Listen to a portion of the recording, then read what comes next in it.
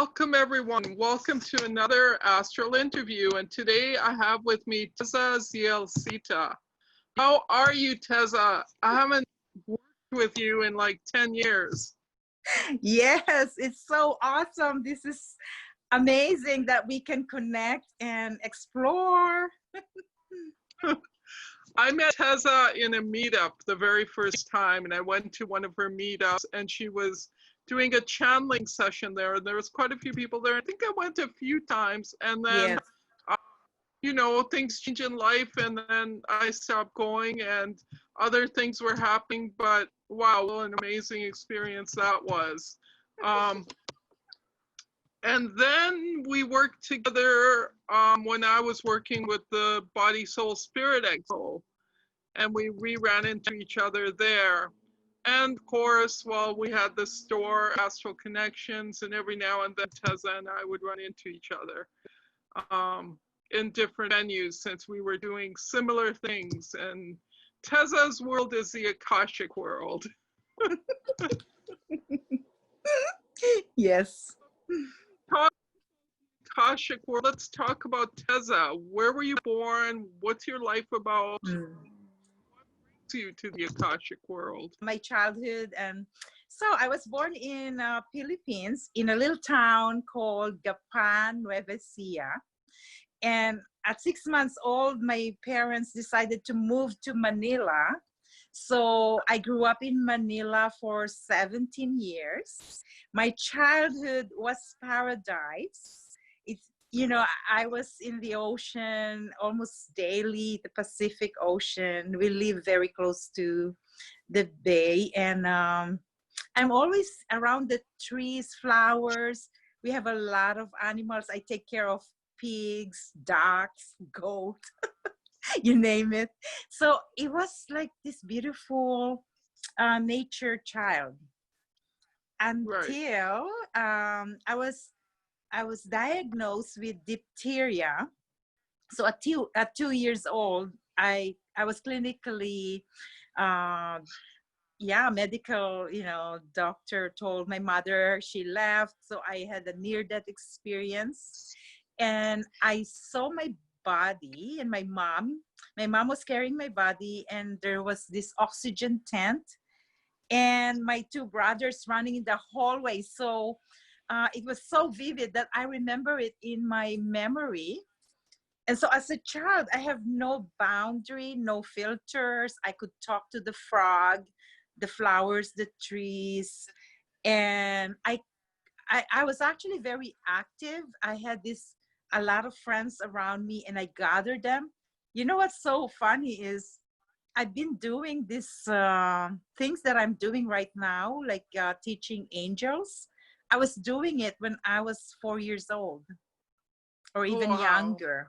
Yeah. I literally gather, I remember five little girls. We were gathering, and I would tell them the power of the angels. So I have an invisible friend I named her Guadalupe, because I was curious about Guadalupe, who was like a vendor in Philippines.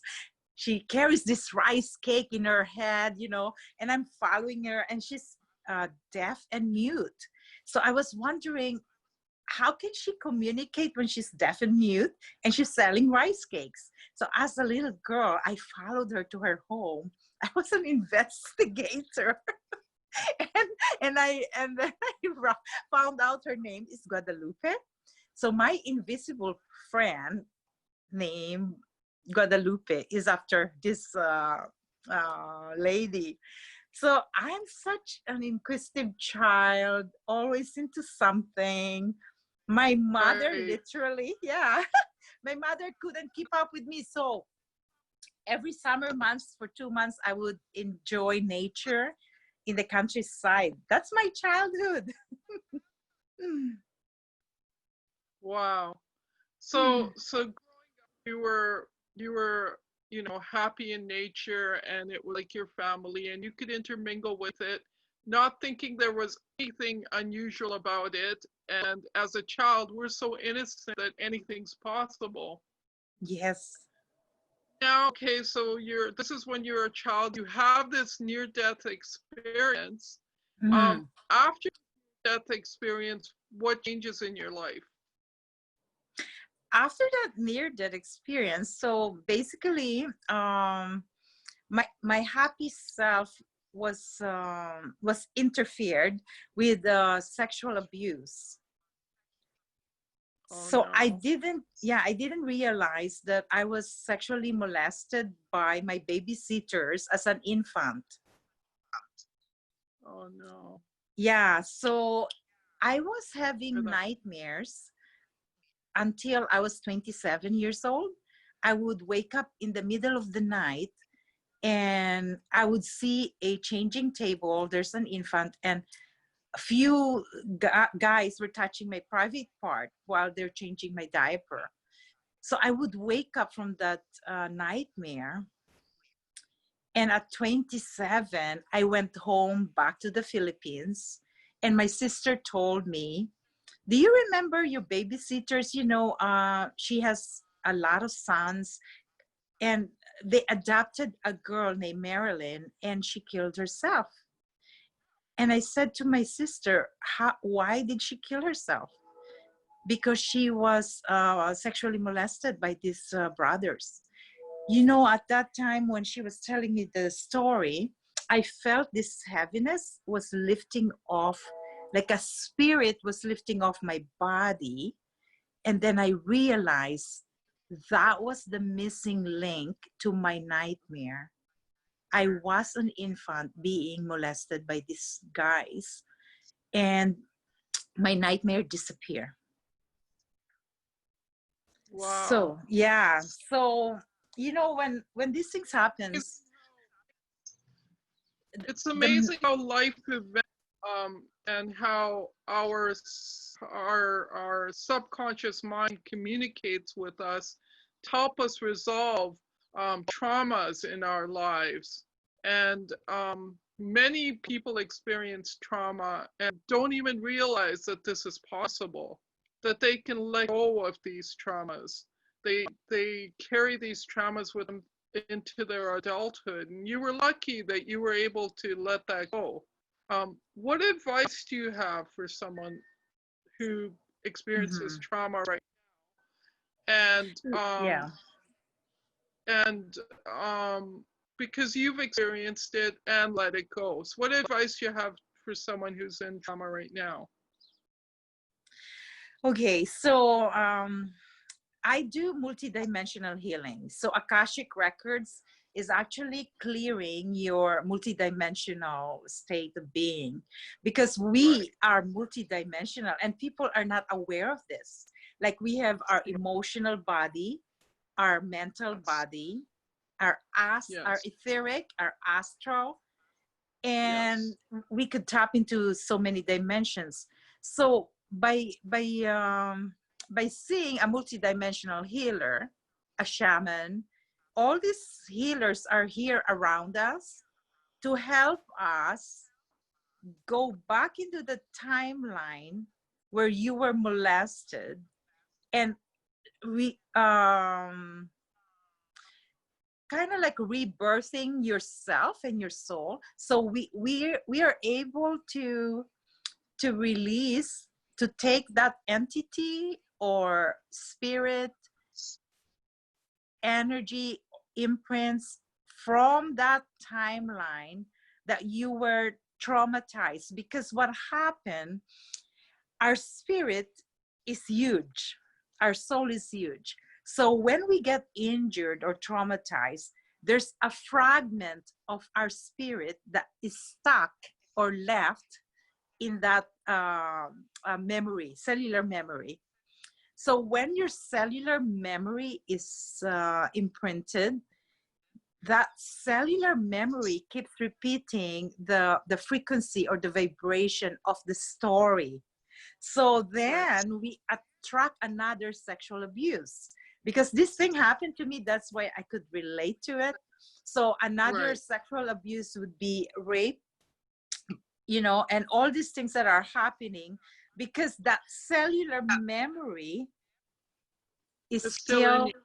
yeah, is still emitting that frequency for predators to be attracted into your energy fields, and that becomes a situation, and that becomes a physical manifestation of abuse.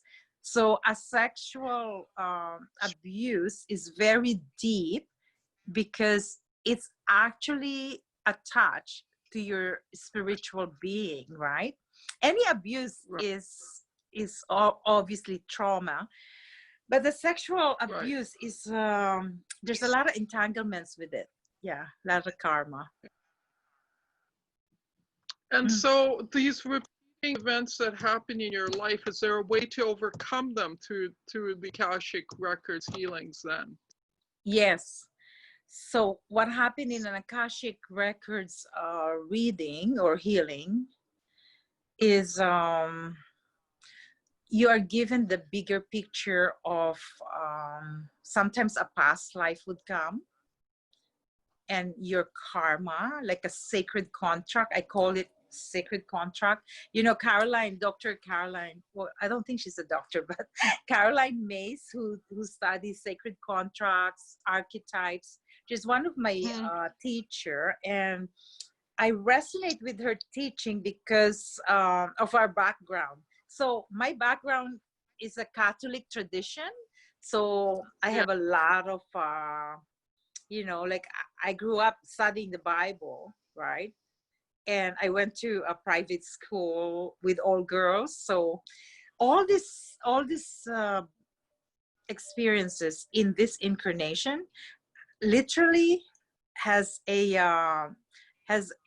karmic pattern from one of your past lives, because we have a lot of past lives. Obviously, this is connected to the nuns, if you were a witch before or a nun, you were always persecuted. That's one of my very pronounced past life, that I have that in this incarnation, because my name is actually Maria Theresa. So my full name, Maria Theresa, that's the vibration of your Akashic. So that's actually what our password is when we're tapping into your records. So that name has a lot of religious, nuns, victimization. And so this past life can connect to your current lifetime, and you're not even aware why you want to go to the convent. Because one time I actually went to the convent and I asked the mother superior that I wanted to be a nun. And she said to me, you have children. Your priority is your children. So, and I look back now because, that's been a while. And I see why I was doing those actions unconsciously. I was unaware of my past lives. So when I study the Akashic Records, I become in tune because I have dreams, visions. I have a lot of connections to the saints. I could hear their voices and all these mystical experiences that I don't tell everybody. Yeah. Yes. We'll talk about your mystical experiences, because this is where we can talk about your mystical experiences. But before we do that, when somebody has an inclination, for example, to become a nun because of a past life, and their life changes as a result of this inclination, but it's not meant to be. So are you trying to tell me that there's your destined path, and then there's this path that your subconscious creates for you, and you have to be able to discern between the two? Yes. So you've come with the blueprint of your past life as a nun, and in this incarnation, your subconscious has an intention of not being a nun, but a spiritual teacher or a spiritual writer. So then you are able to accept yourself, especially with sexuality, because I used to have a lot of guilt and shame in my sexuality because of what happened to me as a molested also by my father. So it's literally an incarnation of being a karma healer for the Zialcita. So this is my incarnation to heal the karma of sexual abuse in my bloodline. So Right. then the generations that are coming, these 7 generations in my future, I'm a grandmother now. So then they would be clear and protected from sexual abuse. So that's, So I have another question. yes, it's so general, but yeah. No, so we're going to go a little deeper now. Okay. There's people out there who don't believe in reincarnation. Yeah. They don't believe it exists. Mm-hmm. So, how would you address someone like that? They don't believe in reincarnation. The Akashic records, huh? What's that? Yes. Mm-hmm. And the fact that you're born with these, you know, the sins of 7 generations of the past and the future is also a biblical concept, right? So, and that, you know, as a Christian, you may want to even say that your sins were taken away if you believe in Jesus, right? Mm-hmm. Mm-hmm. So wouldn't those things then affect someone, their beliefs versus what said versus what different schools of thought out there? So how would you reconcile all this? Okay, so I have a lot of clients that are Catholic and Christian, but they literally come to me because these clients are actually my coworkers as nurses. Okay. Wow. Because they know that I'm spiritual healer. They bypass the fact that I talk about incarnation. They come to me because they're desperate. Their teenagers are suicidal. Okay. Right. So because they honor my healing, they obviously believe in me. That's why they come to me without, you're desperate, your child is suicidal. You don't want to let religion be a part of your, the healing of your child. You would do anything for your child. So for example, this family would sit in my living room, and the way to heal sexual abuse is the whole family. It's not by one person. The father, the mother, the brother, the sister, they're all here in my bed, in my living room. So I'm doing healing for this child, and I'm talking to her. I was able to heal her mental illness. She was schizophrenic when she came to me. Literally, she was burning papers in my washroom, and we were able to save that because she was schizo. And through many sessions, like maybe 3 or 4 sessions, communicating, because I had to heal the parents, because mental illness is caused by harm, by high expectations of the parents from the child, especially if the child is very sensitive. So then, I need to directly tell the parents about their expectations and what's going on with the child, the brothers and the sisters, the full support. I opened the collective Akashic records of the family and the child, and now she's thriving. She went to school, she has work, she's very happy, she's loving, because she was lesbian, right? And so the family, the father has a lot of judgments. Like he loves his daughter, but he couldn't accept that she's lesbian. So those things had to come out and release any judgments and any Right. past, stories. So the thing that amazes me is that there's no religion in this healing, right? There's no like people will come to me, they're ready for the Akash, because the Akash doesn't come to a weak soul. It Right. literally, the Akashic is for the soul that is courageous to move forward and to work with the masters. I am Right. not the healer. So it's kind of like a paradox. But because Yes.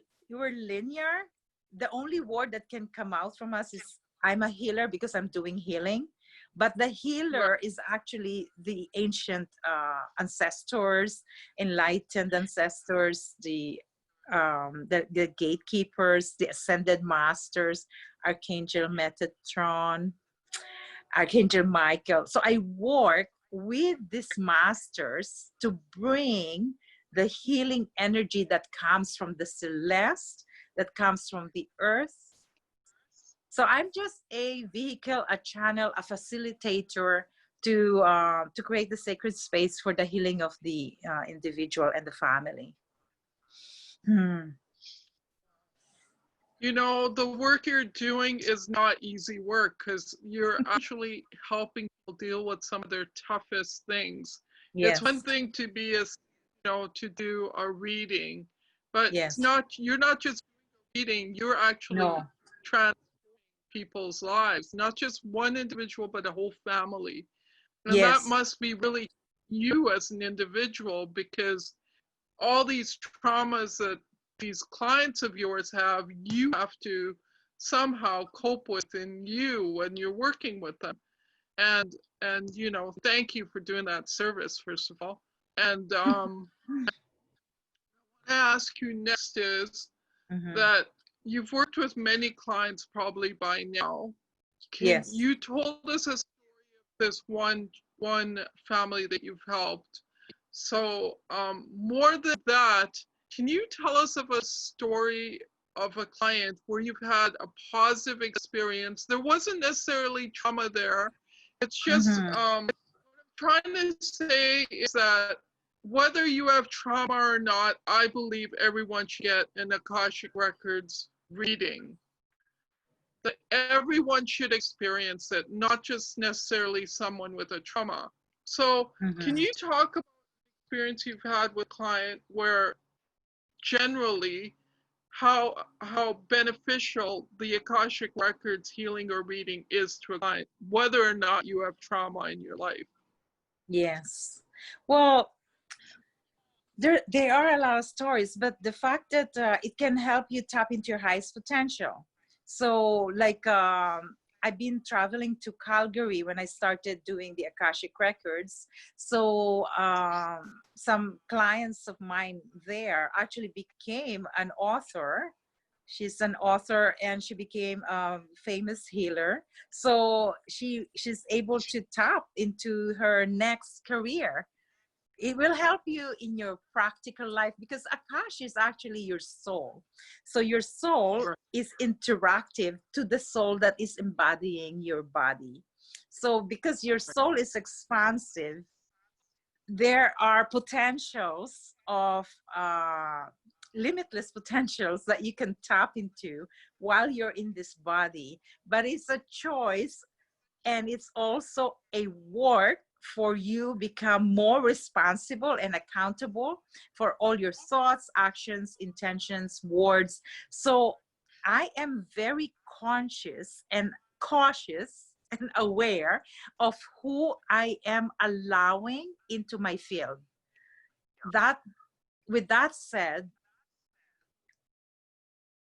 my mission is to write. So how many years ago I've been reading records. I'm actually just selectively reading records now. Okay. Right. I don't do this now. I only select and choose who I'm opening the records. Because what happened is when I open the soul of the individual, it is my responsibility to take care of that soul. And it goes deeper and deeper and deeper because I could sense the soul. They come into my dream, they come into my daily life. I could hear when there's something happening with them. There's no boundaries. So my mission to write the books, I have like 5 books in the oven. So basically today, right now, I have Collective Awakening, which is about illusions, Yeah, fear. you have Yes. works out already. Yes. Have in the oven. Yeah. So what And happened? The they're best individual that, selling. sorry. The And they're individual. selling. They're bestsellers, are they? Yes, yes. It's a Cosmic Yes. Soul. It's a bestseller, and Ions of Manifestation. But literally, I'm not even after all this best selling because I could be a bestseller anytime I want because it's a marketing technique that I know. I have that potential, right? But I'm into, before I die in this physical dimension, my goal is to write all these books that I am being assigned to. It almost feels like an assignment from the divine that I have to write death and dying, the journey of suicide and the death of my son. I have to write about nursing. I have to write about sacred sexuality and so many things that I have to write. So my life, I like to make my life simple. So that's what I do. I just go to nature, have my 2 cats at home. My priority are my children and grandchildren. They connect to me and I could read what's happening with their life. My daughter actually just got married last month to a beautiful daughter. So I have 2 daughters. My family, the 4 children that I have come in this lifetime as a sacred contract to my soul. And it's quite a challenge for them to see their mother as a mystic because everybody thinks I'm crazy before because they think I'm schizophrenic. But my children knows that I'm very powerful and mystical. So my children literally have these powers, like mystical power. Like my daughter, I'm just talking about your very personal life, but my daughter just graduated her master's degree in amazing times. And she received a full scholarship to be a doctor of social justice. So Tiffany is born with this innate high intelligence. And she's she's making a difference in the world. She's not like me, she's academia, but she's like me in mystical, but she doesn't talk about her mysticism because I'm the mystic, right?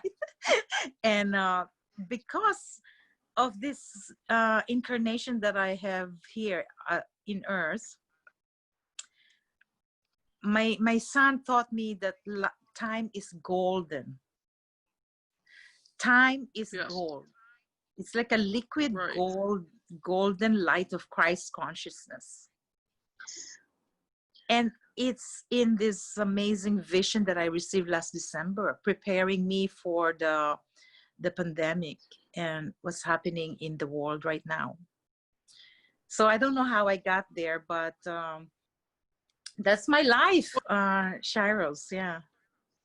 Talking about your children, and you were talking about 5 books that you have in the oven that are very practical, not about, you know, your healing or Akashic records. They're very practical things that everyone, well, not everyone, hopefully, but the society is going through. Yes. And they're very important. And you're talking about writing about things at the grassroots level You know, Yes. before you can get Akashic records, what's happening in your life right now? What have you experienced? What are the traumas? What are you going to do to overcome those things? And how are you going to cope with those things? And Mm-hmm. writing about those things is just as important as it is to write about the Akashic records or manifesting or some of these other things. Um, so, you know, again, congratulations for making the choice to write about those things as a mystic. And like you said, it's your mission and you're being asked to do that. So Yes. now let's talk about the mystic side of you. We already talked about the mystical experiences you had as a child, the gifts you had as a child, and what they came to be. So, and we know today that you don't really do as many Akashic Records readings. You're very choosy as to who you Selective. do an Yeah. Akashic record for, and you prefer the whole rather than an individual, if I understand correctly. Yes. When you're doing Akashic Records readings, there must be more than Akashic Records readings. Like there must be many tools that you're using to help an individual that's in front of you. Yes. You know, about myself and you know how I have certificates and all kinds of modalities. Mm-hmm. But chose not to engage with clients individually because I found that it was a huge responsibility for me to be able to do that. So Mm-hmm. what I wanted to do as my passion or my service was to bring people like you in front of people so that they have avenues to work with somebody who could help them one-on-one, something that I feel not that I'm not capable to do it, but that I feel it's a burden that's too big for me to bear. And so I decided I was going to help people reach the people that can do this. And that's why we're here talking today. And your work that you're doing right now, let's talk about that. What are you doing right now? Well, I just want to thank you. Thank you so much for tapping into this your highest potential.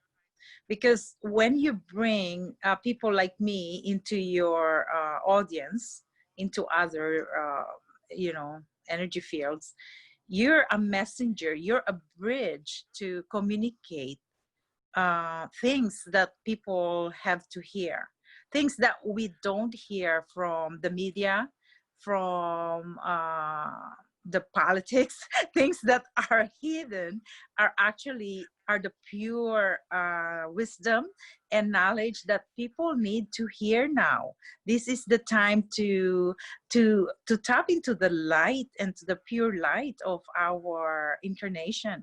So thank you so much, Shiros, Yes, for doing this. And so what I'm doing now is almost the same as you. I literally want to help shine readers, psychics, mediums, mandala artisans. I want to bring them up front, shine them, let them shine, and create a portal.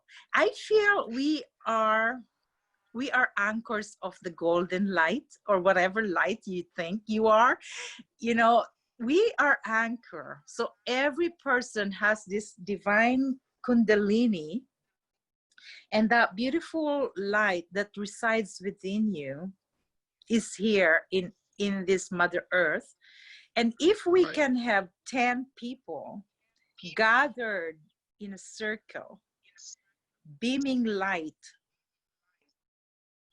and talking about the intention of the collective, the sacred healing, we are Right. creating a vortex. And that Yes. vortex of energy is going to Yeah. ripple through their family members, through their work, coworkers, through the land of Vancouver, through the countries, through we are galactic beings.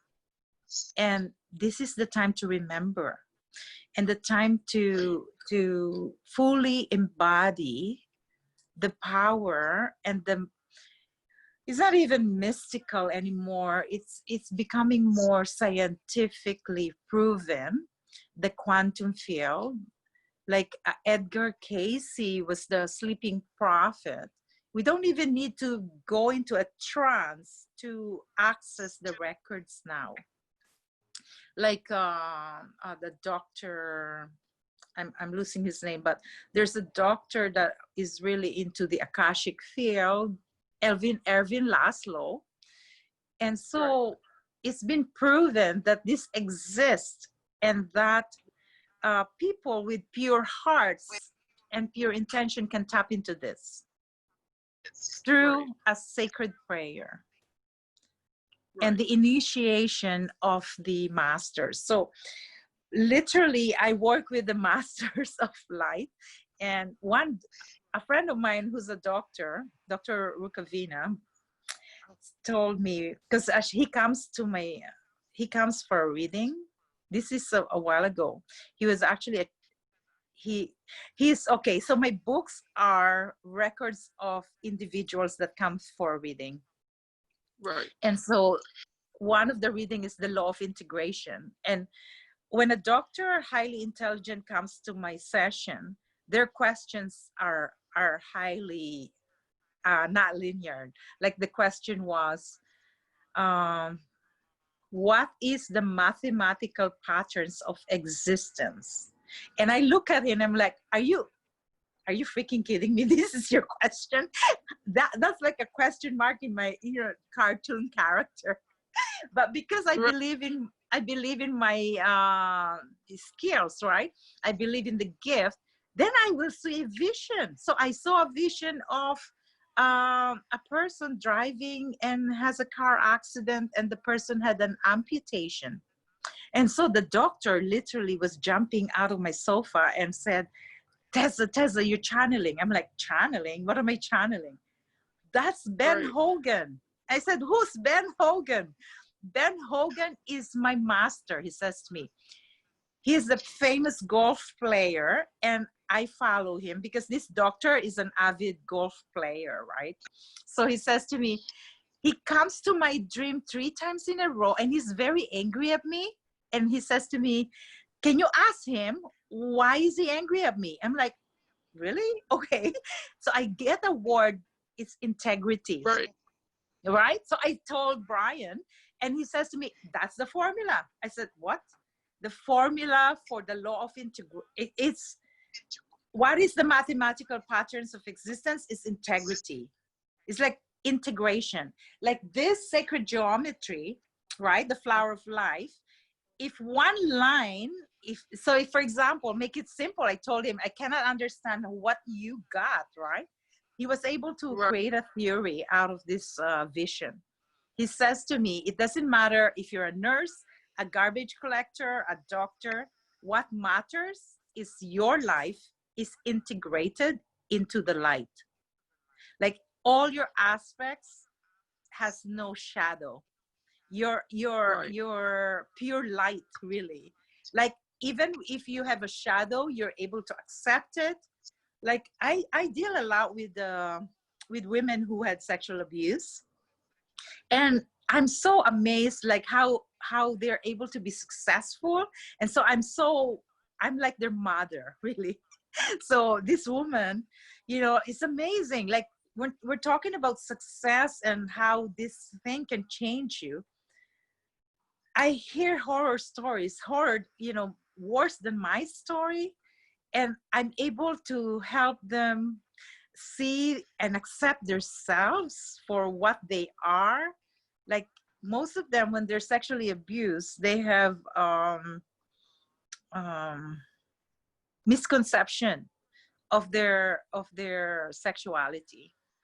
They don't find it sacred, right? But once they find that sexuality is sacred, then they are not fragmented. That every time they make love, it is a sacred ritual. So these women are finding their power now.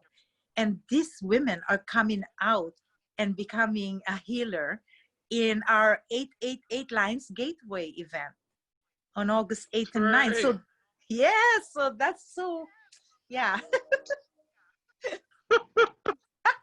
I'm excited to share that event with everyone on the hub as well.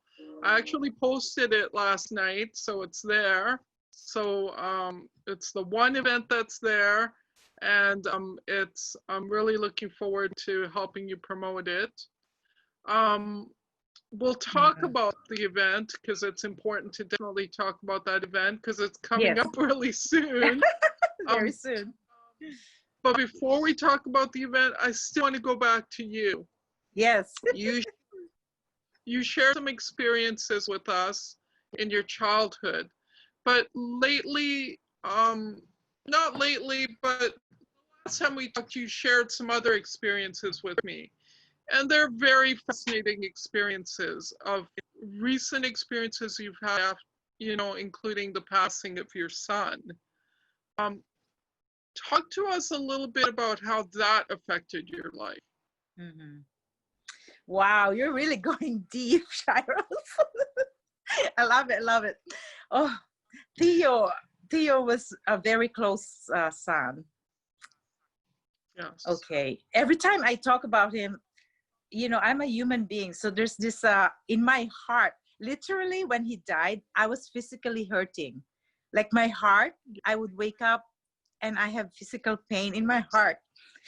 And I thought I have a heart problem. But right now Yes. I'm able to, I don't feel that heart pain. It's okay, Teza. It's okay.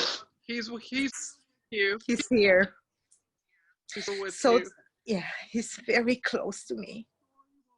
No. You know, he's my anchor to do this work.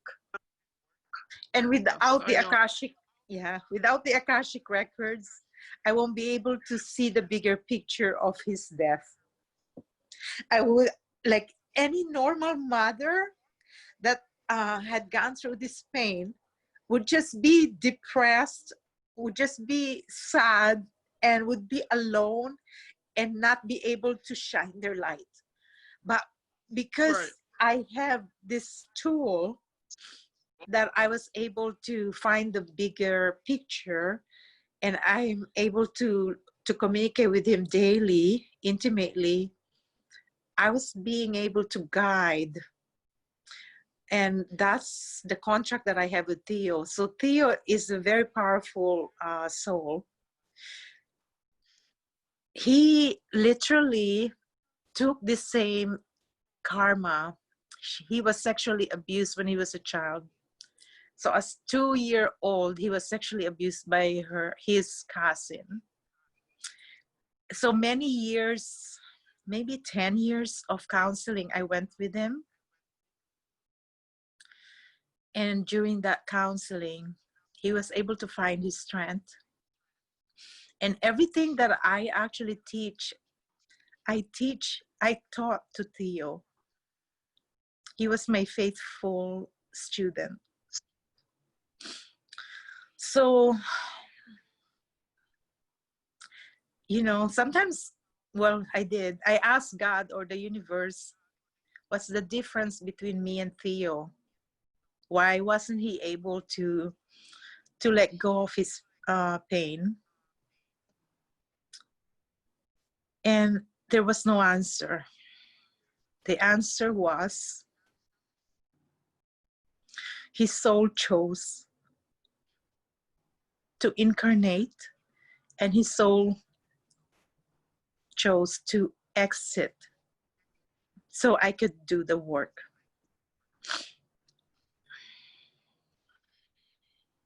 And the work is about mental health and sexual abuse.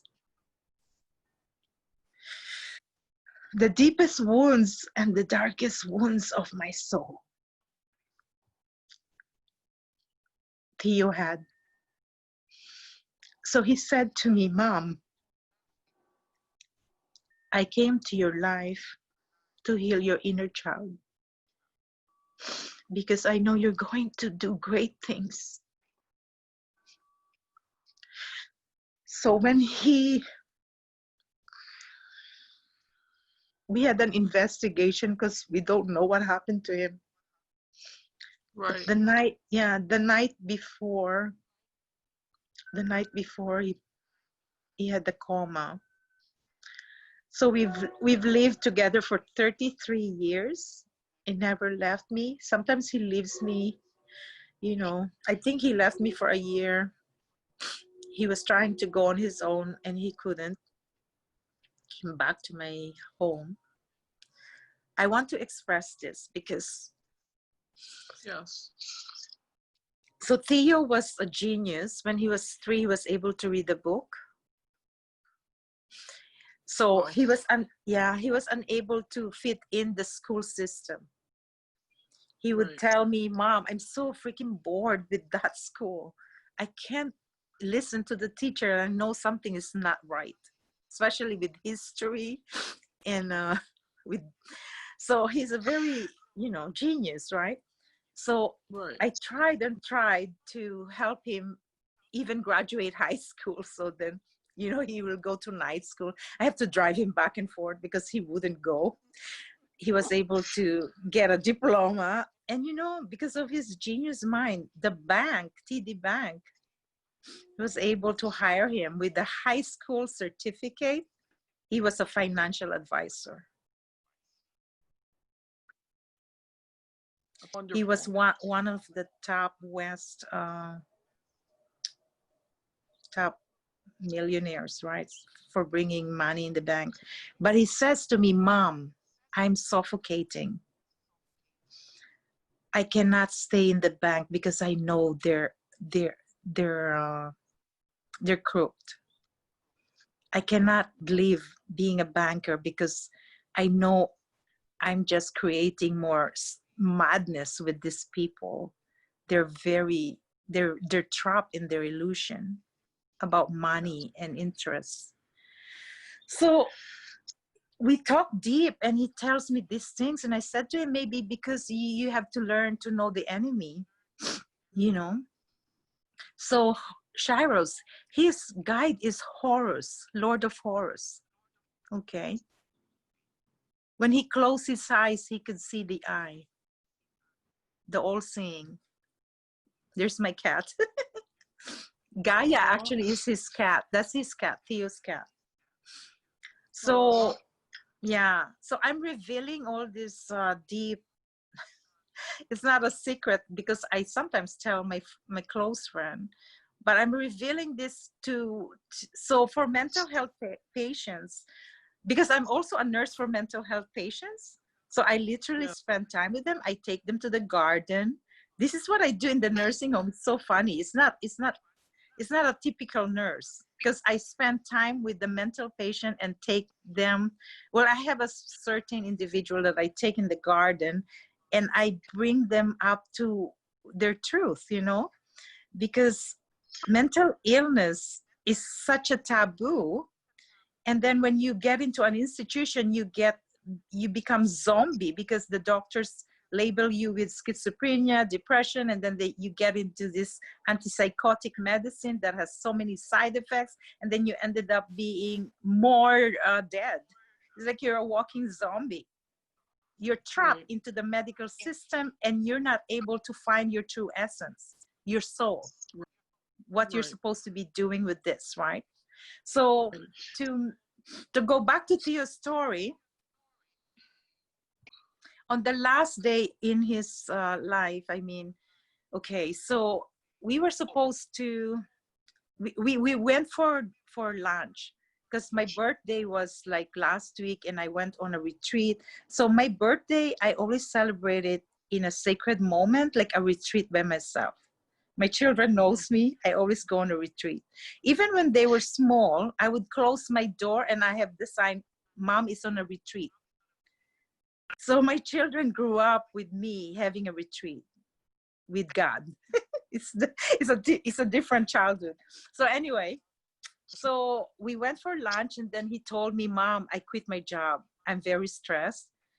So I felt his stress very hard on himself. And I tried to say, he says to me, Mom, do you know when somebody thinks you're crazy and you know within you that this person is thinking I'm crazy? And how do I deal with this? I said to him, Theo, you're a genius. You're beyond this world. So don't even think there. Don't even go there. This person cannot understand you because you talk of things that is not in here. Like, you're not here. You have so much knowledge that if you start talking about it, this person is not ready to handle that. Then they label you crazy. So then he was able to say, oh, okay, Mom. And then he was so happy, and we give high five. And I said to him, it's time to do your business. This is what your calling is. Shiros, he booked a flight to Philippines. So he has a ticket to go to Manila 2 days when he died, actually. So that night, he asked for Akashic Records reading. He says to me, Mom, can you do an Akashic reading for me? And I did a healing. I put all the crystals. I even do a blog, and I did crystal card reading. And then at night, he says to me, because before he died, he liquidated his assets. Like he sold his car. So Theo, when he was younger, when he was a banker, he collected all his money because his dream is to buy me a house and help Tiffany in her degree, right? So he always he wants to be the provider for the family. So he never paid rent. He kept all his money because he loves the family. That he wants to be a magnet, and he wants to help the poor people. That's his goal in life. So anyway, so we did the readings and stuff. So I'm happy. At 9:30, I was sleeping. I said, Theo, I have work tomorrow. He was so happy. I love you, Mom. He says he's always affectionate. He kisses me in my lips, and he's the only one that kissed me on my lips. All my children don't kiss me on my lips. So Theo kissed me in my lips and says, good night, Mom. I love you. I love you. So this is what happened. At 4:30 in the morning, I woke up. Theo's alive. He's standing beside my bed, and I saw the light out of his body, and I had fear. So his spirit was transitioning already at that time. Right. So I said to him, are you okay? And he has this smile and so much peace at him that I was so shocked and scared, because that night he was on stress, right? I was doing healing with him. But at this moment, at 4:30, he's so peaceful. He says to me, I'm so happy, Mom.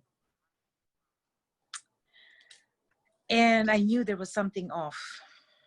So I said to him, I'm going to call your dad and your brother to be with you, because I can't be with you. I have a student nurse. I'm teaching that day. And he says to me, Mom, I'm good. No, it's okay. I wanted them to know that you need some company.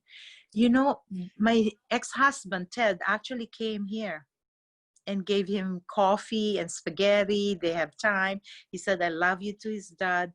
He spent his last hours with his parents, saying, I love you to me and I love you to his dad. This child, wow. Right? Wow. Yeah.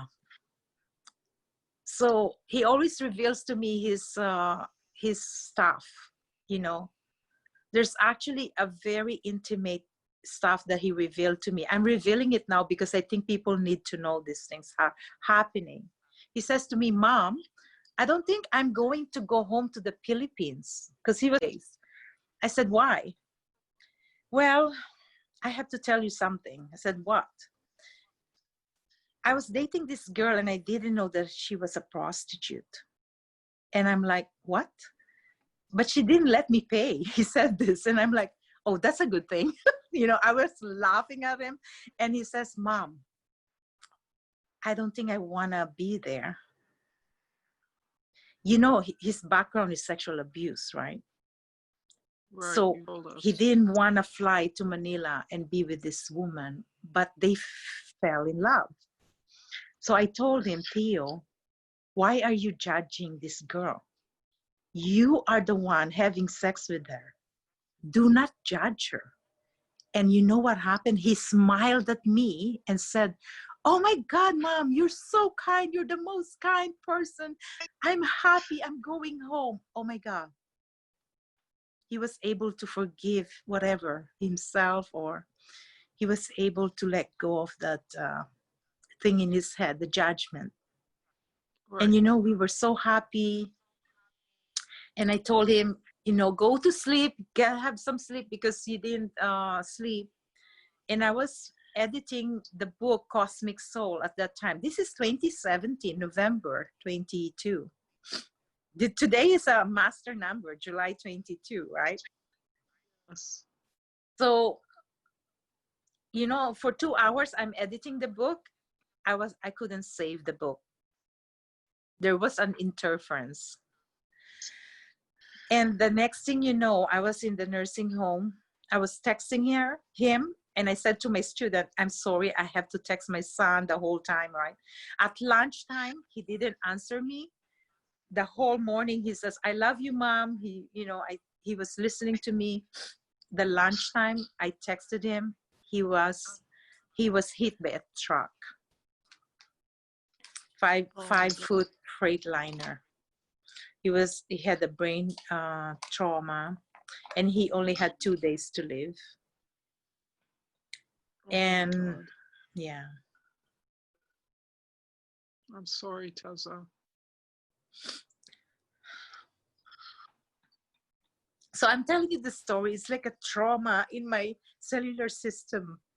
But, you know, I'm beyond this. But I have a feeling your audience or whoever is listening to this can feel the pain that mental health can bring and sexual abuse can bring, and what kind of trauma, because that's traumatizing to the whole family.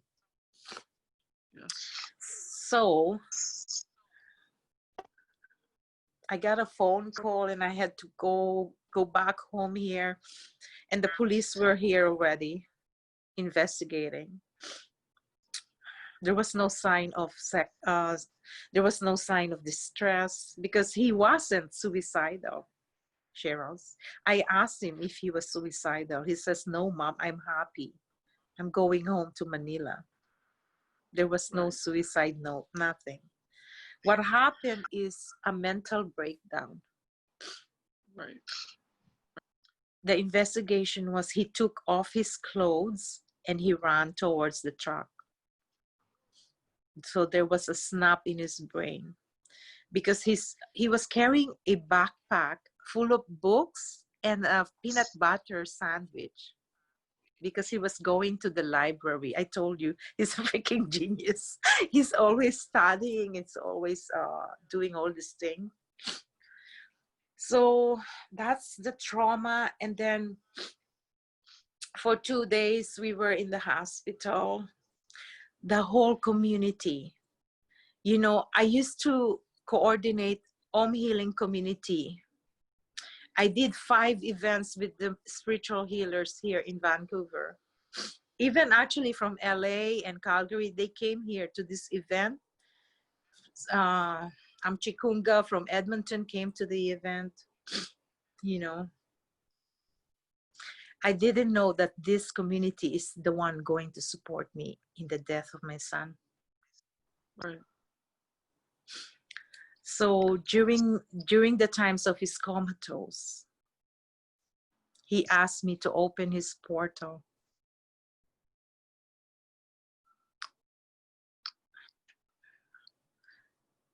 I can never imagine that I'm going to lead the soul of my son to his death, to his final destination. But I did. So what happened is we decided on organ donation, because my family is very generous, right? Like, we always believe that until you die, you can always give your organs to help others. Yes. But we didn't have, when Theo was a child, all of my family members are organ donation, but something happened with our system. Like it used to be in our driver's license, and it's not now, Yes. right? So anyway, Yeah. when he was in coma, we don't know what he wants, but the whole family agrees to it. And then one of his best friend, he has a lot of friends. One of his best friend came and says, Tita, Theo was talking about organ donation last week.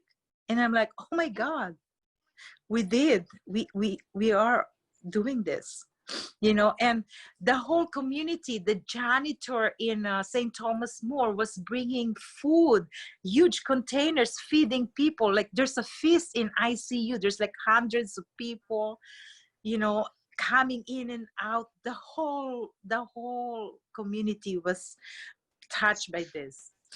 And we only allow me, Tiffany, Tristan, Ted, were the only ones that went on his coma bed, right? Because Right. we only have 2 days, and we can't allow all these people to come and see him, you know. This is, so they just listen to us when we come out and stuff. So anyway, on the final time, the doctor calls the ambulance harvester, because he's gonna harvest the organs.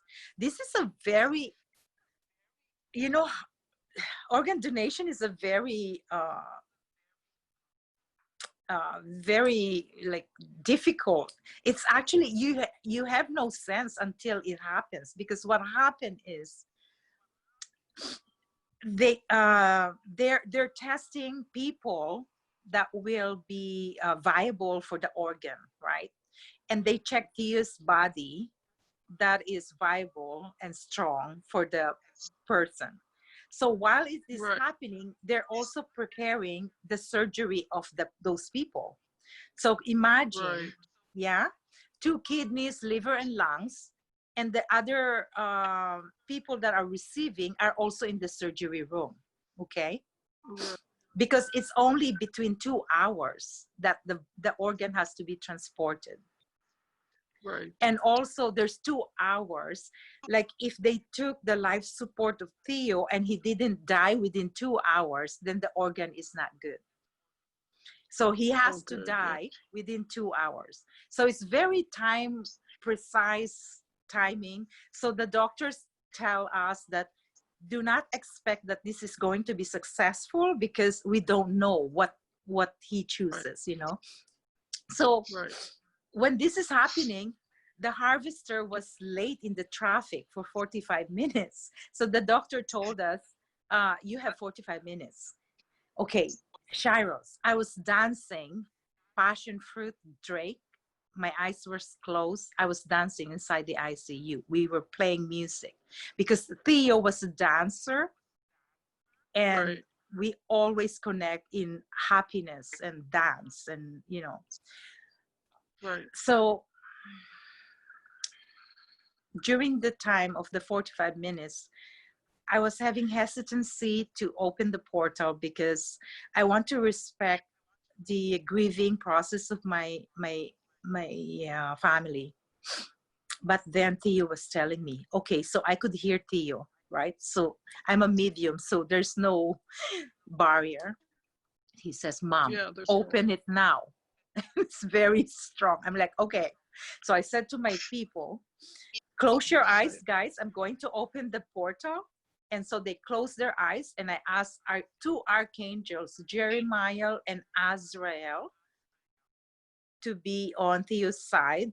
And we went into this dimension. I felt like I was in this archangel's dimension. And then I asked Archangel Metatron to open his book of life. And it was revealed to him. And when it was time, I just raised my hands like this. And when I raised my hand, my daughter told me, my daughter is holding Theo's hand. He left, Mom. And Oh. yeah, the whole community, the whole community was outside the door, 50 or more standing, holding hands. We said our prayers. And It's interesting. mm, It's interesting that it's 50 or more, because for the 888 Lionsgate event, you can only have 50 or more people attend at a time, right? yes, true. Because of social distancing. Yes. And so I wonder if on some level that was um, showing you of what's to come in the future too, through Yes. this experience you had, as traumatic as it was. And so when your daughter tells you that he's gone, and you now know this, what happens? My ex-husband almost collapsed because he doesn't have the strength. You know what I did? I actually took him. I was so strong. I took a chair and I took him in his shoulders and I said, "You have to be strong." I Right. put him in the chair and I started opening the portal to the group.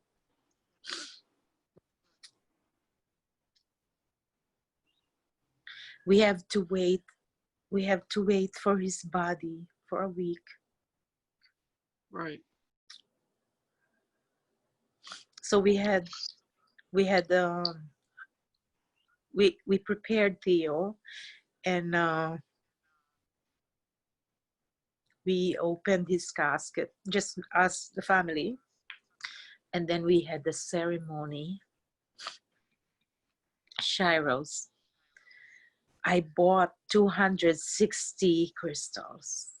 I thought there were only 260. We gave them crystals, Right. but there were 500 or more people in the church. Right. We chose the church because my children grew up in this private school, Our Lady of Mercy and St. Thomas More.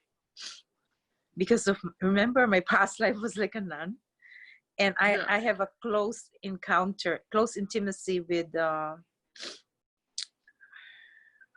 Lady of Mercy, Divine Saint Faustina. Okay, so Saint Faustina is the first saint of the 21st century. And Saint Faustina, I always dream of her, and she actually sings to me. And I have a very intimate connection with Jesus during my religious times. And then I realized Our Lady of Mercy was actually founded by this saint in Poland. So it's all connected, you know. All connected. It's all connected. And Saint Thomas More is a very strong knight. So Theo's past life was a very strong knight. That's why he's protecting me, right? Right. And our ancient past life is in Egypt. Lady Isis and Lord Horus. It was revealed to me in Akashic records when we were studying. But Right. I'm not saying that I'm Lady Isis. I'm just saying that it's a fractal of that incarnation. And Right. that we all have this within us when it's activated in our Akash. So I knew that I was prepared by Theo for the pandemic because I had to go through the dark night of the soul. And in 2017, after his death, I did not want anybody in my home. So I was alone for 3 months. Right. And I went back to work after 3 months. My doctor literally told me, "Brian, Teza, this is a trauma." I wanted to go back to work after a month. He says to me, "This is a trauma. You have to take your time." Right. When I went back to work, I was crying every day because people will ask me. And then it literally healed me. And then Theo told me this before. He says to me, Mom, do not let go of your nursing. You have to get your pension, you know? So I retired at 55 2 years ago. And I listened to him. And I continue my work. Can you imagine? He died on November 24. And on January, I was teaching meditation. I was doing meditation already. Right. And I found a lot of people from, I was being called in Langley, Top Spirit.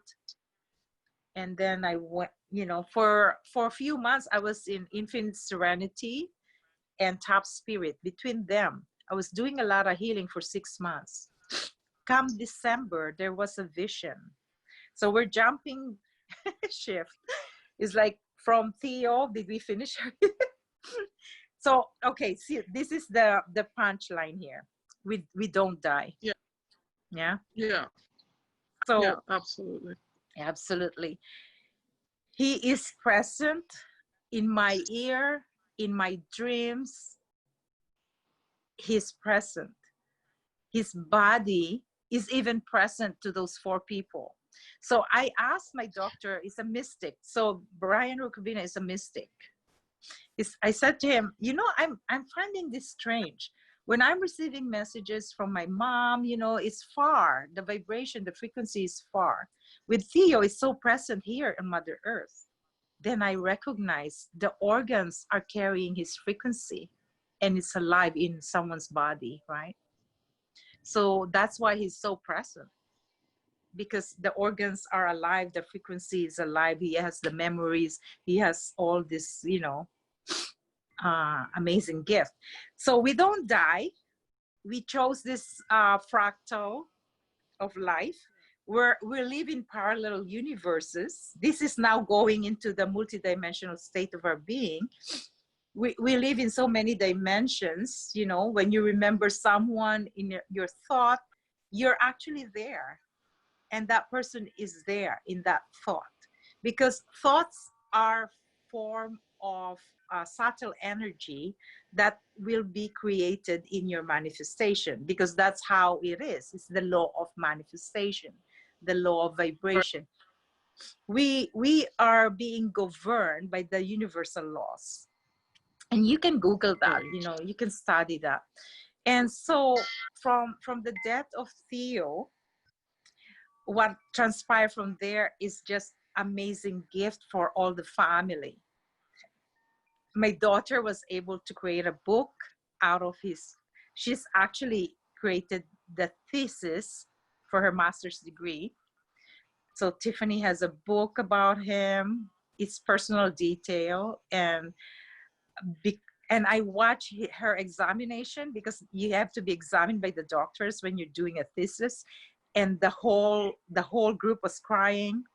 Now Tiffany is being invited by doctors. She actually works with University of UBC, right? British Columbia. She works under the research and medicine, okay? And she has a lot of intention to do in the future for healing suicide and mental health. So we're all in this together, and I feel like this huge Noah's Ark. So in the Noah's Ark, I feel the 144 ascended masters are here in this incarnation. And we're all being gathered together. And 144 also, the seraphims, the seraphimite. Those seraphims that are looking at the divine creation, they didn't come here before. They're now here in our midst because of the heaviness of the density of Mother Earth. So literally we're in this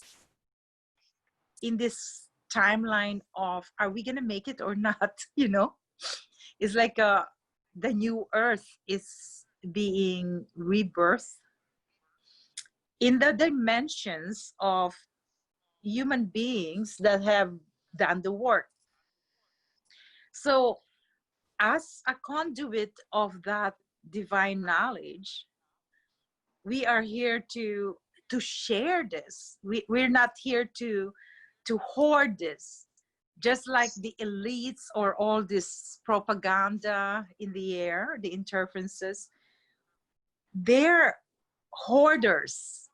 They just want to keep the secrets of the universe to themselves. Mhm. Well, we are not that. We are the pure, masters that had incarnated. We volunteer. We're the way showers, light workers, whatever label you name this, to help raise the vibration of our human beings, our consciousness, and to respect and honor the aliens, the hybrids that are here in our incarnation. So it's a very, like before, like, I was asleep yesterday. I was early. I was being prepared for this because I couldn't believe I was asleep around 7 o'clock. My body needed it. And I woke up with my computer, with my cell phone, talking about aliens and reptilians around 5 o'clock. And I'm listening and I'm like, what is it that that these beings wants to express, right? Right. So I literally, because sometimes I was just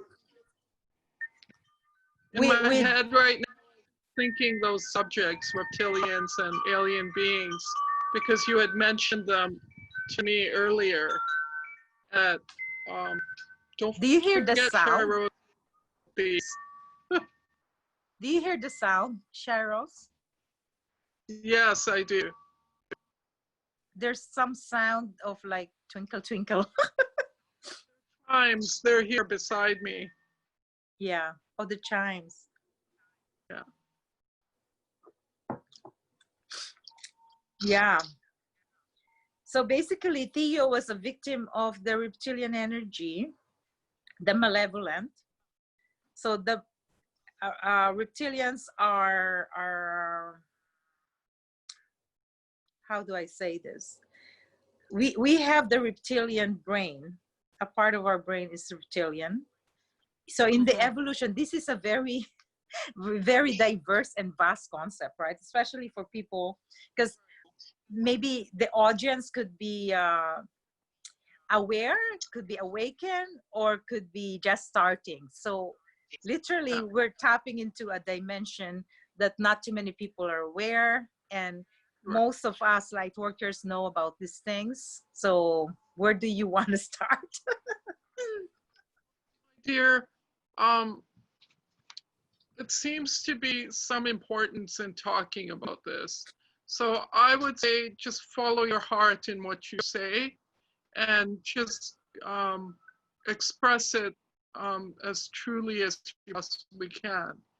The other question I want to ask you is, okay, so we'll talk about the reptilians and the UFOs a little bit, but over the years, you've been channeled by Jesus, by angels, by, the Mother Mary and others, and Mary Magdalene, I believe you told me as well. Yeah. I want you to talk about that too. Maybe you can talk about that before you talk about the reptilians and the alien. Just a little bit to give us an idea of what kind of messages they're bringing for you to share. What is it that they want us to know, and what is it that we're supposed to be? We all have different destinies here, and each has our own mission in life. So when they come to you or they come to someone else, they come to many, right?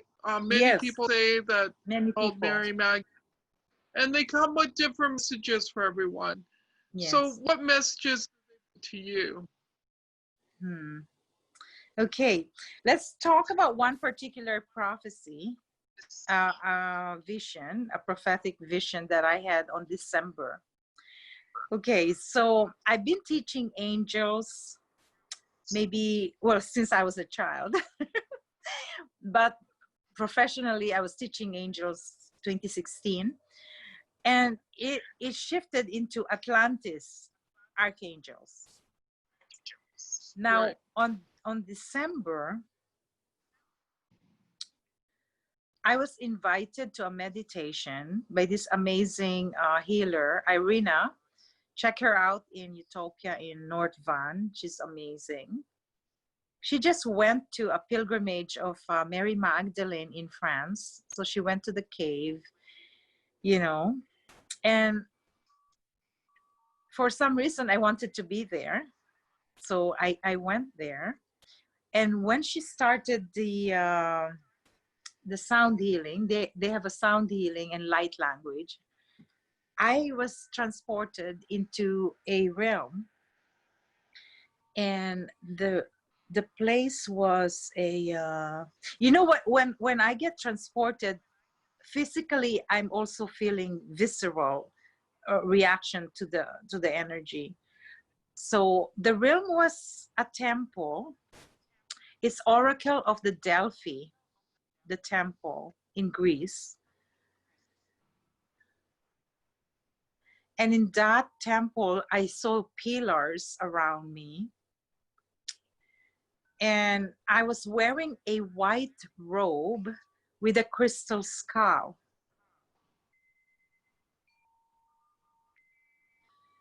I was wearing a white robe with a crystal skull. And I was looking around, and all I saw was death of animals. They were all dead, and it almost felt like the smell and the taste of death in my consciousness. And suddenly I was brought into like a table. Yeah. And physically in the meditation I was doing this, you know, like going backward. And in the vision I felt like an iron steel in my head. You know those statues of saints with iron steel? Yeah. I don't know if you've seen that in the church, but we have that in the Catholic Church. I was wearing this, and my it's like a headdress. It's interesting.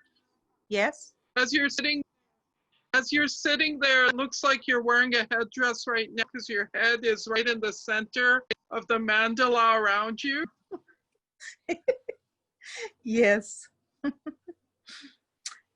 Someone's leaving a message. I couldn't see you. Okay. So yeah, I was wearing a headdress, and I could see it again. I could see the vision now. Actually, the robe shifted into red. My dress, it's like a queen, you know, like the queen wearing a red dress, a red robe. But I have a lantern on my hand. The lantern is like this.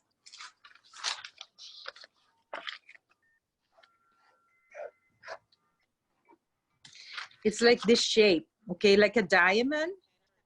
And in the lantern, the golden liquid light is pouring, and it turned into a Mason, a Freemason sign. Right. So this is like golden liquid light, okay? I'm holding this lantern. And far, far beyond, like far, far, farther, there was a voice. I am coming back to you. Beloved, I am coming back to you. And I was kind of stunned. I was stunned. And I don't understand, who is this and what's going on in this vision? And I opened my eyes, And I wasn't the same. I wasn't the same. I felt I went into something deeper that I had a past life with, and that I am being summoned, that there is something big happening. That was like around December 7, the full moon in December 2019. So, you know, I am an investigator. So I told the group the vision, and Irina showed the pictures of Mary Magdalene from France, that she went to a pilgrimage. Yes. You know how I feel? She activated me, because when you go into a country, you get activations from your Akash, the imprints of your past life, everything. She activated this Mary Magdalene. And in the picture, one of the pictures, she has holding a crystal, a skull. She was holding a skull. Oh, wow. Yeah. So I went home and I investigated. I didn't sleep. I listened to all the YouTube that I can get a research. I tumbled into Melissa Watterson. I'm not sure now the name, but Watterson created a book called Revealed, and it's in red. Right. Megan Watterson. Megan Watterson, I connected to her through Instagram. What happened is Black Madonna came. Now I have an echo. And then what? There was an echo when I said Black Madonna.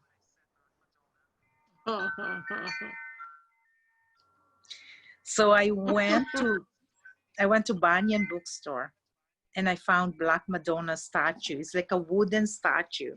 I will show it to you sometime when we do another interview, Black Madonna. I feel like I also want to interview your daughter one of these days. I'm not sure. I don't think she's ready for that. Who knows? She's very private, this one. There'll be a time when she will be. Yeah, she will be. She's very private. I'm the one who's the spokesperson of this mysticism. They know they're mystics, but they don't talk about it. Give her my love. Yes, I will. Thank you. Thank you. Yeah. So Black Madonna came in my energy, right? So I researched on Black Madonna. She was a statue that's been burned 17 times in many world wars. So they keep, you know, that the church will burn down, and then Black Madonna is still around, and they kept painting her, so she became black. So she's actually the saint that the Catholic practitioners pray for, the dark night of the soul. Okay. So I'm going through a dark night of the soul because I need a lot of protection. So remember, I was telling you I was writing Sacred Sexuality. Yeah. So one chapter of Sacred Sexuality is about sleeping with the devil. And I couldn't write it down.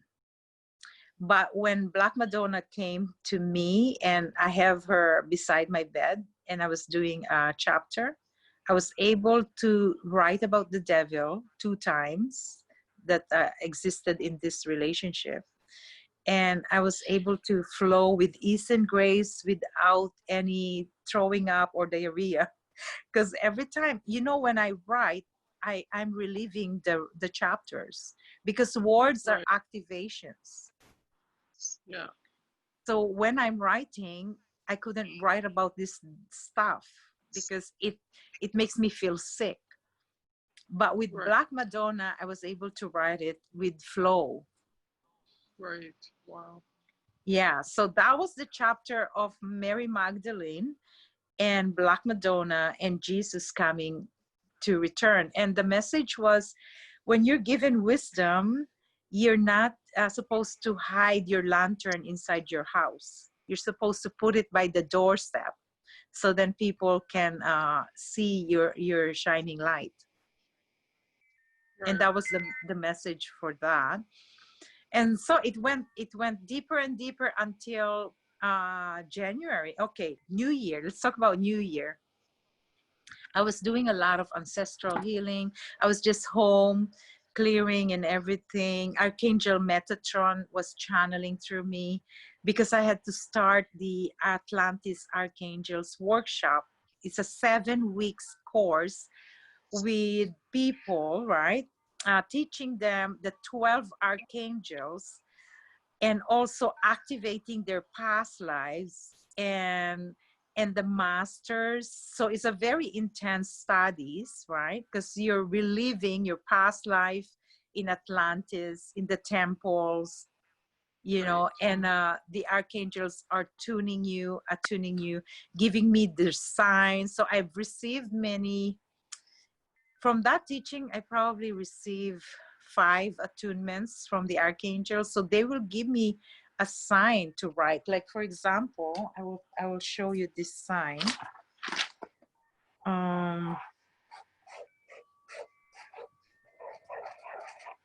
So this sign is Archangel Metatron. So activating and opening the portal and activating your Merkaba, your vehicle of light, your body, and opening the portal of Mother Earth. So what Archangel Metatron and Archangel Sandalphon does, they're actually the only human being, prophets, Prophet Enoch and Prophet Elijah, that ascended into the heaven by not dying. They actually were literally transported. So Archangel Metatron opens the stellar gateway, and Archangel Sandalphon opens the earth portal.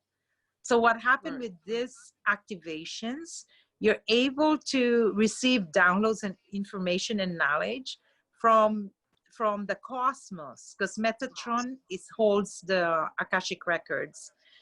And as a vehicle of light, this is your vehicle for protection and all the interference that are happening. And so by grounding you to anchor your light to divine Mother Earth, you're able to have an access. So that's the first attunement, kind of like Reiki, right? So, you know, we as multidimensional being, we have signatures. So for example, Dr. Yusui founded Reiki symbols because that is his signature. So then he names it, right, Reiki. And then where we have Eric, the reconnective energy, Dr. Eric Pearl. So this is what's happening to me. I've been receiving attunements from the angels since I was a child, but it became more profound when I opened the records, and now I'm in that Atlantis Archangels. So basically, in January 2020, I was able to do a meditation activations for 7 weeks straight.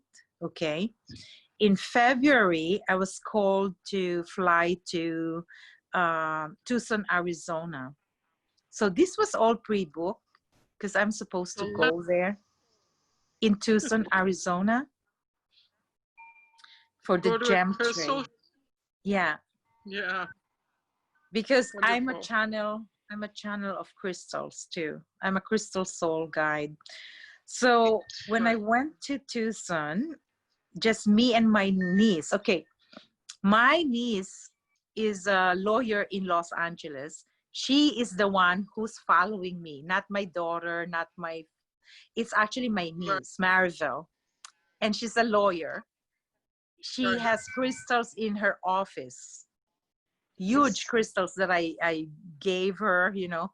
So she follows my work, and now she's opening up to what is happening to her, right? So we met in Tucson, Arizona, and something happened there. There was a messenger. So I have a friend, her name is Jennifer English. She just came into my reality like few months ago, right? Like it's probably 6 months when I did a shipyard in oh, it's a year now. You know, in Lonsdale, I opened there to sell my books in Lonsdale, North Van. I actually asked the universe, why am I here? No one's gonna buy my book here. This is a freaking drinking, you know, Lonsdale, right?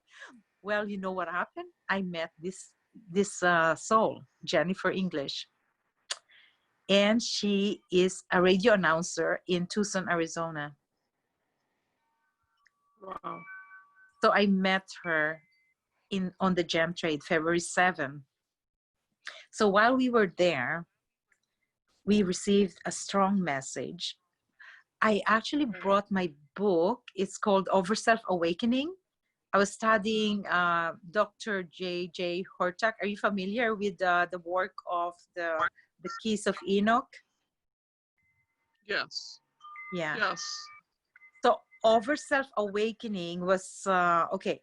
So the Keys of Enoch, the Book of Knowledge, came to my existence on 2008 when I did the Akashic Records, right? Well, But I'm familiar with Enoch and the teachings and the ancient Sumerian texts and other texts where Enoch is mentioned. I'm not specifically familiar with the book you're referring to. okay. I wanted to get the books. Do you think I should get it?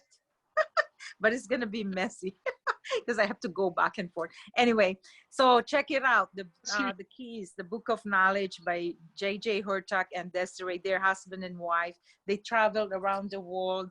They channeled this on 1977. This is how far we're going, 1977. Yes. I can't read the book every day. It's a lot of downloads No. and information. So I can only go there when I needed to consult. Okay. So what happened when I was writing Ions of Manifestation, I couldn't publish the book. I had to consult the Book of Knowledge, and with Carla, my body, my two-piece in a pod, we were able to see what's missing in that Ions of Manifestation. It was actually Archangel Metatron. I had to include the Archangel Metatron in the book for manifestation. So after that, I let someone borrow, but she never returned the book to me. You know how you borrow, you let other borrow, you never return. So literally, I had my girlfriend Selena was with me. She's very generous. I just mentioned it to her, and she bought me the book. You know, the book is like $100 profit of the Book of Knowledge, right? So we were in Banyan. She bought me the book. So sweet. Now, there was something missing. I needed the Over Self Awakening. So they wrote another book on 2011. So I bought the book. I went back to Banyan, bought the book. So let's go back to 2019, February 7. I was in Tucson, Arizona with Maribel. I bought the book with me. We ended up buying crystal skulls. And then I opened the book and I found all these codes. So when I read the book, I'm activated and then something happens within me. So February 7th, then we came back to, I came back here to finish the Atlantis Archangels. And something shifted as well. I learned some messages from February 7 was about ground yourself, do not lose your mind, go to work, do not be afraid. I wrote down the messages. be grounded, be egoless. Right. All these messages, right? Maybe 10 messages. So me and my niece have the message. So I went back to nursing a week before I went to Hawaii. I was called to Hawaii. March 7, another 7, okay? February 7, March 7, I went to Oahu, Hawaii. My girlfriend, Debbie Magson, invited me.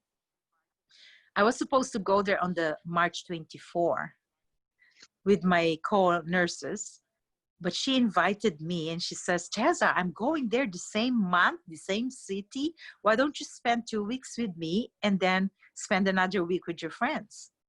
Wow, the universe opened this portal, right? And it all happened because of a vision board. I created a vision board on January 1st. Like, you know, every January I gather people to create a vision board. And she saw the vision board. Yeah, it's all about Hawaii and Oahu. And she says to me, she called me, are you going to Hawaii? Because I'm going to Hawaii. I'm like, oh my gosh, it's the same city, the same destination, the same month. And I said to myself, wow. So I asked the universe and it was meant to be. So I bought the ticket on March 7. Here's the punchline. On March, on my work. This is 2019, right? No, 2020 already, March. So you're going through all that craziness that everyone's going through for traveling too. Yeah, I was traveling during COVID. And you know what happened? So I went to my work and then I have to travel tomorrow. But I went to my work and I got sick with like a COVID, like sick, respiratory. And so I know, I'm in the airport and I'm telling Debbie, oh my gosh, I'm so sick. I'm so sorry. I don't know what happened, but I went to work and I got sick from my client, right? So Debbie is such a riot. She's like, don't worry, I'm very strong. My immunity is so strong, you know? And I'm like, oh my gosh, this is crazy. So I went to Hawaii. I was sick with my respiratory distress. And Debbie was taking all her vitamins and stuff. And she didn't get sick. But what I did was I spent barefoot, walking around the mountain, Lahi Lahi, which is a sacred mountain. And our condominium was across the beach. Excuse me. We ended up in Waianae. It's actually an hour and a half drive from Oahu. We ended up in this beautiful portal. And I was in my computer. I was checking my writings. I had 55 chapters about illusions, fear, and I have a book in my hand, 55 chapters. The next thing you know, every morning we will do an oracle card reading with these cards that I brought. I was channeling the Elohim and the Lemurian ancestors. So I wrote 10 chapters in Hawaii, and I realized I changed the title. The title was Illusions Are Distractions to Illumination to Collective Awakening. I realized I have a book that is actually talking about fear and pandemic. Wow. Yeah.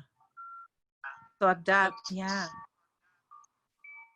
And that was channeled to you. And so I'm sure there's lots of healing from everyone who reads your book then when you bring it out.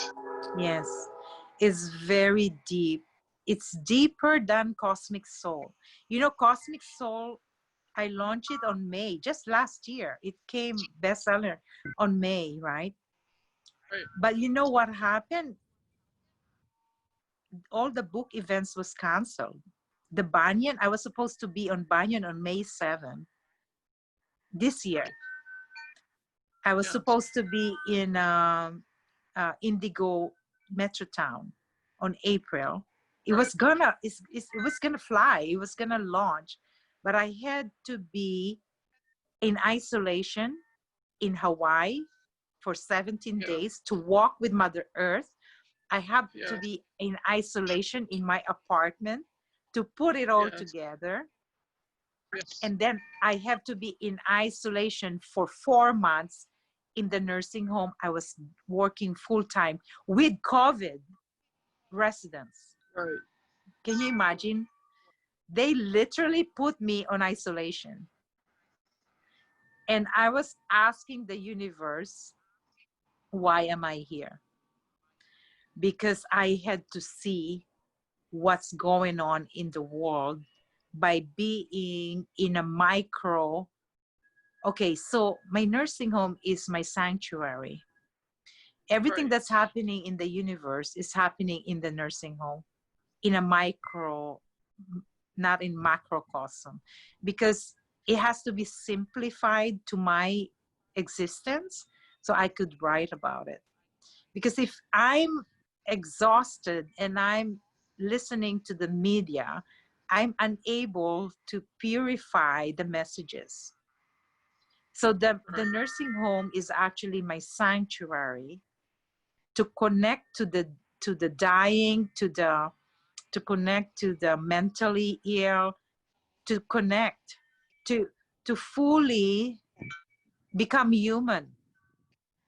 Okay, because I feel like I'm human but I'm not. It's so weird. I feel like I'm here but I'm not. So 1 foot here and 1 foot from in the mystery. So the mystics challenge is to navigate this, being human and being a soul, a seer, a seer. So our timeline now is in where did we go? We went to Hawaii.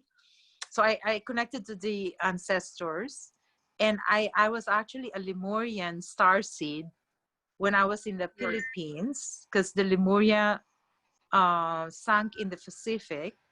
So as a child, when I died from sexual abuse, actually I was being sexually abused as an infant. So the diphtheria is about a bacterial infection and you cannot speak. So I was unable to speak. So they took me and they literally, what I felt is they gave me the gift to come back to Teza, but with a third eye open. So I could see ghosts when I was 9 floating in the room. So I was prophesying because I received visions and dreams. And when I look at this, I'm revealing this to you. When I look at a person, I already know what happens. And I already know what's going on. And I already know what's going to happen. In a way that the person can have a better life, and how this person is going to choose is going to depend on the person. So with this kind of gift, it almost feels like it's an asset but a liability, because you get entangled. So that's why I said to you at first, I don't I choose the entanglement because I just don't want drama, and I have to be Yeah. on a mission date, right? Like my time is golden. So everybody should be like this, that your time is golden, because Yes. this is the Christ light consciousness activations, really what we're talking about. So that vision, the golden light of Christ, when that was happening, it was actually the death of the animals in Australia. Remember that time in December 2019? Yeah. Yeah. So that was the vision. And then the isolation that was trapping me. Oh, we forgot about the reptilian. So in I'm gonna ask. I was gonna ask you. Like, I noticed you're wearing Moldavite. yeah, Yeah. So you're wearing a ring. You're wearing the pendant. It's all Moldavite. So why do you yeah. choose to wear Moldavite? Hmm. I feel I'm a Moldavite emissary. I actually called myself that one time because I met my brother. So Cyprian Rat is a lawyer in Romania, and he was he came into my meditation wearing all Moldavites, and I couldn't believe it because I put away my Moldavite for years, and that meditation I was wearing my Moldavite. You know what I mean? So when he showed me his Moldavite, I feel like, oh my gosh, we're together in this. We're Moldavite emissaries. And ever since, me and Sip will do a meditation, and he will bring his crystal skulls in my home. I literally bought 3 crystal skulls and for Cyprian. So my trip in Tucson, I have 3 crystal skulls and I sold it to Cyprian. I didn't keep any crystal skull. Wow. Because I felt like he needed it. And you know what happened to him? His wife died, and they were like twin flames. They were together for so long, and his wife died, and he's unable to move on, you know? So I'm meeting all these souls that are my lovers or twin flames from other past life. Yes. And I could see and I could feel, who is this guy in my life? Right. And in this life, we chose to be apart, but to be supportive of each other, because Right. we're doing a lot of healing for people.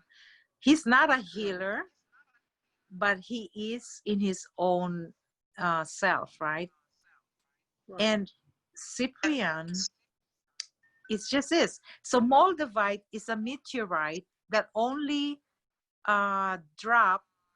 They are meteors that drop in Czechoslovakia, in the river of Czechoslovakia. This Moldavite grows. So they're very high vibration because they're literally not from here, right? So they Yeah. came to help us open our heart.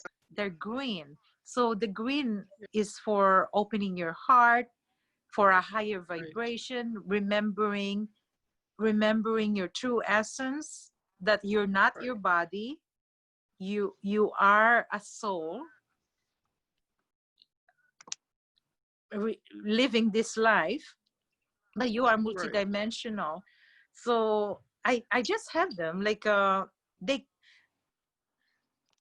yeah, I actually slept with the Moldavite last night. I don't usually sleep with the Moldavite because that's probably why I slept so long. I was asleep at 7 o'clock. They took me, you know. So what happened is I go on a retreat. So sleeping time is so special for me because I know I'm gonna be out of my body and I'm gonna go astral. And so the archangels, I asked Archangel Metatron to bring me to his retreat. So sometimes I remember what's the messages, sometimes I don't. But now that you've opened this up, now I know that I went to the Moldavite because I was having a shower and I found my necklace was with me. And so the Moldavite, I was channeling the Moldavite for a few months, and then I stopped. It almost feels like, because I'm a channel of a lot, I don't want to be consumed with work. I like to flow. So whoever comes, right, for like December, Mary Magdalene was in my consciousness, and right now Moldavite is in our consciousness, is in our energy fields.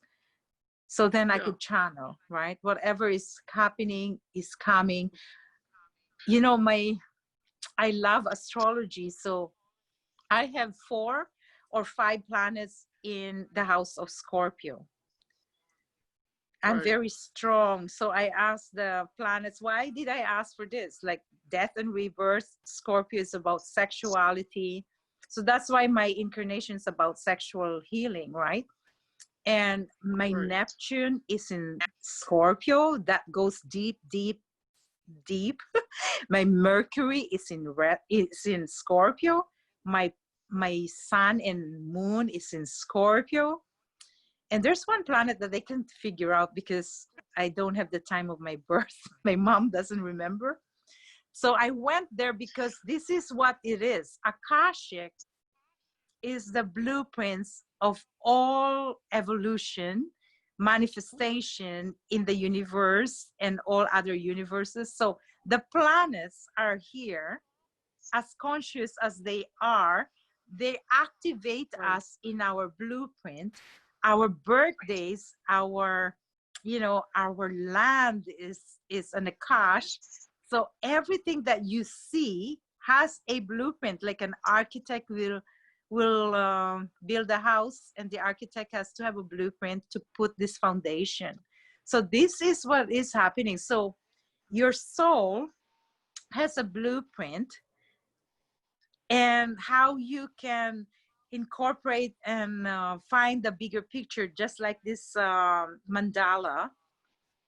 There's a Yeah. lot of aspects in our being, how you can fully integrate that into your current lifetime, because people get lost in distraction with ego, with attachments to material world. They get lost in the drama, their personal little life, they're so mundane. I'm like, you're thinking too much about yourself and the world is collapsing, you know. This is like a wake-up call for the collective, the person, and that we are being awakened by these masters. And are we listening? Are we paying attention to negativity, or are we paying attention to light, so then we can be wholesome? People, light workers, are actually afraid of COVID. I'm like, really? This this is really a hypnosis, okay? So we're under hypnosis right now, but you know, people like us wants to bust the hypnotic effect, right? Because Right. there's really nothing there. They just Really exists. created, yes, It doesn't really exist. It's an illusion, right? yeah, So and yes, it's very real all around us, because I mean, even you experienced it, right? yes, yes, The breathing issues and the so it's real. It's not that it's not real. It's not that you won't experience it, but it's important also not to live in that fear. And yes, so to treat it as, I mean, you know, you could be afraid of cancer. Cancer's all around us. There was a day when it didn't exist, and then all of a sudden it exists, right? And yes, now it's become a household name and people know what it is. Well, same with this. People still live through their lives even though that exists. And we can live through our lives even though this exists, right? yes. Yes, You cannot, it's really your attention, right? I healed a lot of cancer patients. I don't talk about right, this, but I'm talking about it now, right? So cancer is a repressed, we are carriers of cells, and cancer cells is all around us. But when you get activated, this cancer is a repressed emotion. If you haven't, you know, there's a lot of women suffering with breast cancer because they haven't fully embodied their feminine divine goddess, you know. Most of them are having problems with their with their husbands, lovers, and all of that, like nurturing yourself. Women have not nurtured and nourish your own self, unconditional love, compassion for yourself. Women are so critical of their body image. Well, the media and this industry that we belong.